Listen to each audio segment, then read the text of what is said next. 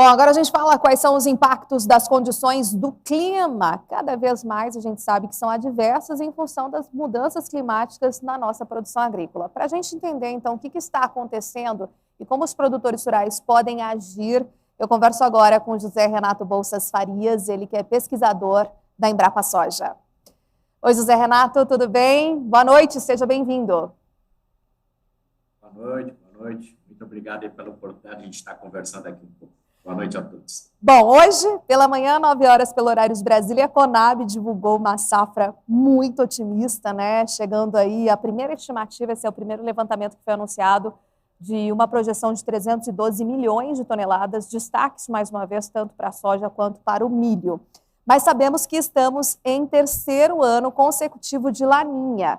E o Laninha, a gente sabe que impacta especialmente os estados do sul, e a gente acompanhou isso muito bem, inclusive aqui no nosso programa, na safra passada.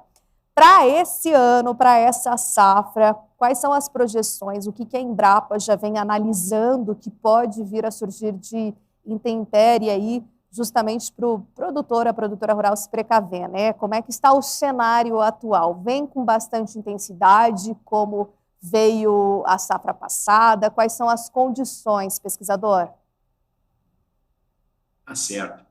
A gente pode dizer que a agricultura é a atividade econômica humana que mais depende das condições do tempo e do clima, né? E os fatores do clima, a água, a disponibilidade de água é, sem dúvida, o principal responsável pela variabilidade dos rendimentos de um ano para outro.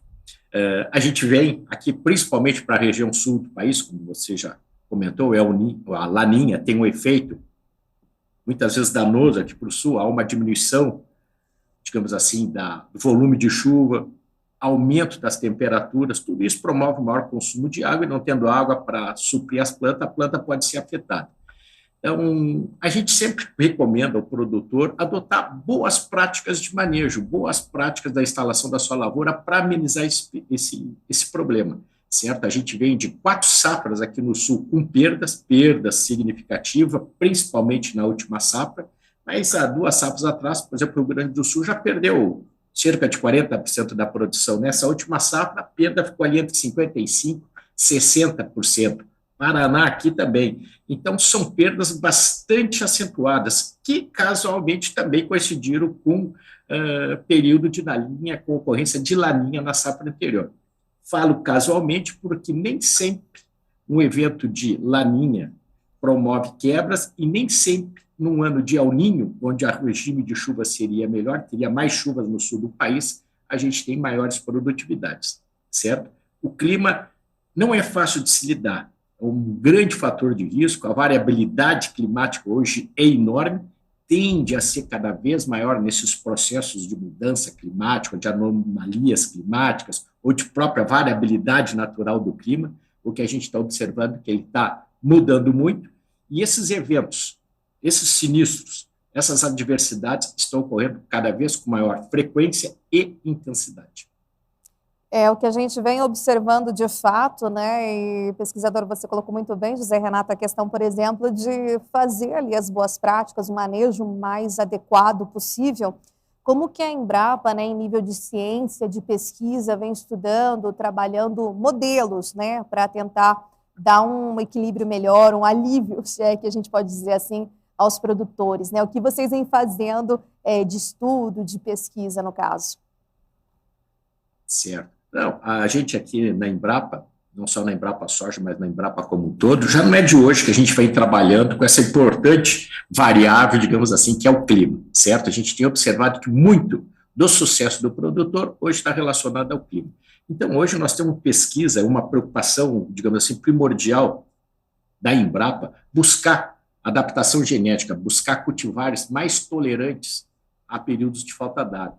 Cultivares essas obtidas por meios convencionais ou OGMs, organismos geneticamente modificados. Antigamente estávamos trabalhando com transgenia e hoje estamos trabalhando com edição gênica, ou seja, a gente não mexe muito, não altera, não introduz o genótipo, não introduz genes diferentes na soja, mas simplesmente a gente altera a sequência de DNA, obtendo então um novo genótipo. Outra coisa que a gente está fazendo muito forte, toda vez que lança um material, lança uma genética, desenvolve uma genética, vir com um ajuste, um posicionamento fitotécnico muito bom, ou seja, para que condições aquela genética melhor se adapta. Estamos trabalhando muito com sistemas sustentáveis de produção, agricultura limpa, fixação biológica de nitrogênio, já é carro-chefe nosso, manejo do solo da cultura, e entrando muito também na parte de bioinsumos. Nós temos uma biodiversidade muito grande no país e a gente está identificando componentes, substâncias, agentes que, de repente, possam ajudar a planta a tolerar esses períodos de adversidade. Busca também de maior uso eficiente da água, do CO2, todo o aquecimento que se prega aí, o aquecimento global da atmosfera, é função do incremento do CO2. Sendo a soja uma planta que responde a esse incremento do CO2, como é que a gente pode tirar proveito disso também, certo? Até pesquisas mais radicais, digamos assim, como sistemas de suplementação hídrica e irrigação. É uma coisa difícil a gente falar nesse momento, porque a crise hídrica não é só para a agricultura, mas para a sociedade como um todo. E agora entrando muito, muito firme mesmo em agricultura digital. Sistemas de monitoramento, de suporte, digamos assim, de acompanhamento da condição hídrica, do status hídrico da planta, por drones, satélites, imagens termais, enfim. É uma gama hoje de ações de pesquisa que estão sendo conduzidas. Mas também temos já algumas soluções, algumas alternativas que o produtor pode usar já de imediato. Pois é, pesquisador, então, justamente esses sistemas que existem hoje de monitoramento, de fato, se tornaram um grande aliado dos produtores e com isso eles conseguem prever com mais assertividade e até ter mais previsibilidade também, né, o que vem acontecendo em nível de transformações tecnológicas e de dados mesmo coletados, faz de alguma maneira ali eles terem um maior apoio, digamos assim?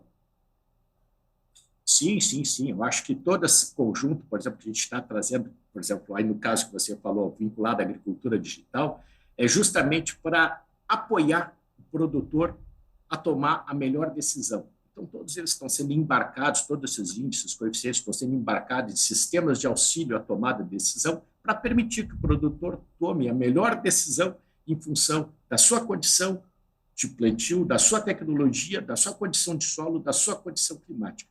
Então, é isso que a gente está buscando. A gente já temos alguma coisa com relação principalmente a zoneamento, né? A gente está alterando toda a parte de zoneamento agrícola de risco climático, colocando outras variáveis, trabalhando agora também com o manejo do solo, que é, para culturas não irrigadas, no caso como a soja, uma das principais fontes de água. A cultura não irrigada tem duas fontes de água. A chuva, que é extremamente variável, em função de ocorrência de laninha, de El Niño, ou variabilidades naturais da atmosfera, e a água armazenada no solo.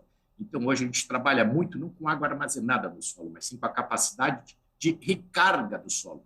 Como esse solo trabalha, como ele funciona como uma esponja, retendo essa água, armazenando essa água, mas também permitindo fluxos horizontais e fluxos principalmente ascendentes de água. Então, a gente tem uma preocupação muito grande nesses sistemas de manejo do solo que viabilizam um menor risco à cultura da soja. Excelente, muito obrigada então, Embrapa Soja, pesquisador José Renato aqui com a gente. Até uma próxima oportunidade. Muito obrigada por suas informações aqui compartilhadas, viu? A gente que agradece a oportunidade, estamos à disposição. Obrigada, a gente também. Um abraço.